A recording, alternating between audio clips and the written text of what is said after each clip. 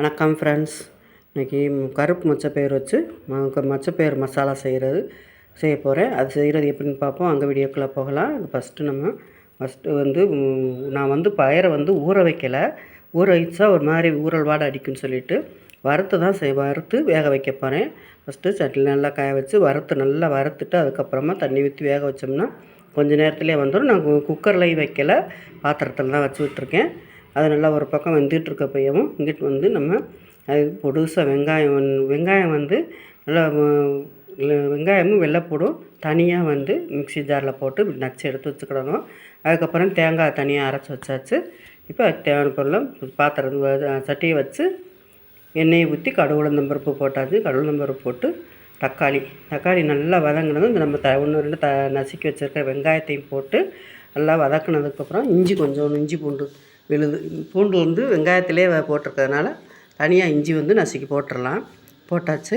நல்லா தக்காளியும் வெங்காயம் நல்லா வதங்கினோடனே கொஞ்சமாக கத்திரிக்காய் இன்றைக்கி நான் ஒரே ஒரு கத்திரிக்காய் தான் போட்டிருக்கிறேன்.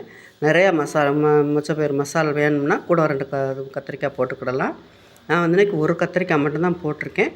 நல்லா வதங்கினோடனே கொஞ்சமாக மட்டன் மசாலா இருந்ததுன்னா போட்டுக்கோங்க. அப்போ இல்லை வெஜ்ஜு சாப்பிட்றவங்கன்னா நம்ம கரம் மசாலா மட்டும் போட்டால் போதும். நான் மட்டன் மசாலா போட்டிருக்கிறேன். கொஞ்சமாக மல்லித்தூள் போட்டு எல்லாம் போட்டு நல்லா வதக்கினாலும் வெங்காயத்தை அப்படியே போட்டு நல்லா வதங்கின விட்டு தான் தண்ணி ஊற்றணும். தண்ணி ஊற்றியாச்சு. இப்போ கொஞ்சமாக மஞ்சத்தூள் போட்டிருக்கு, கொஞ்சம் பெருங்காயத்தூள் போட்டு எல்லாம் வச்சு பெருங்காயத்தூள் உங்கள் இஷ்டம் தான், போடுறது போடாததும். நம்ம மொச்சப்பயிறு போடுறதுனால கொஞ்சமாக இஞ்சியும் போட்டிருக்கேன்.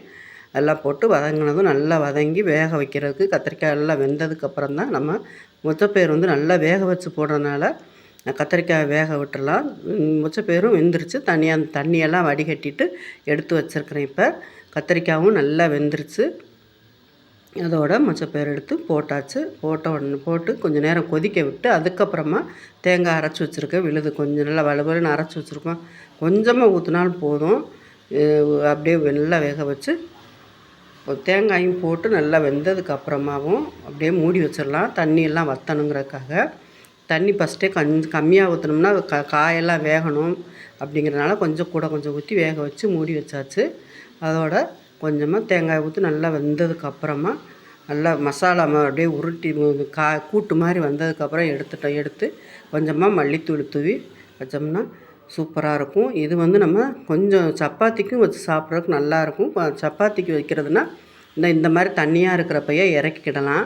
நம்ம கட்டியாக வச்சு அப்படியே மசாலா மாதிரி தனியாக வச்சு சாப்பிட்றதுனா அப்படியே கொஞ்சமாக நல்லா வேக விட்டு வதக்கி எடுக்கிற மாதிரி எடுத்துட்டோம்னா மொச்சப்பயிறு மசாலா ரெடி. இப்படியே வச்சிட்டோம்னா சப்பாத்திக்கெல்லாம் சூப்பராக இருக்கும். வச்சு சாப்பிட்றதுக்கும் ரசம் சாதத்துக்கும் இது நல்லாயிருக்கும். கொஞ்சமாக தயிர் சாதத்துக்கு கூட கொஞ்சமாக கூட்டு மாதிரி வச்சு சாப்பிட்டோம்னா அதுவும் சூப்பராக இருக்கும். மொச்சப்பயிறு மசாலா ரெடி ஆயிடுச்சு. இதை ஒரு தடவை செஞ்சு பாருங்கள், சூப்பராக இருக்கும். வீடியோ பிடிச்சிருந்தால் லைக் பண்ணுங்கள், ஷேர் பண்ணுங்கள், சப்ஸ்கிரைப் பண்ணுங்கள், கமெண்ட் பண்ணுங்கள். பாய்.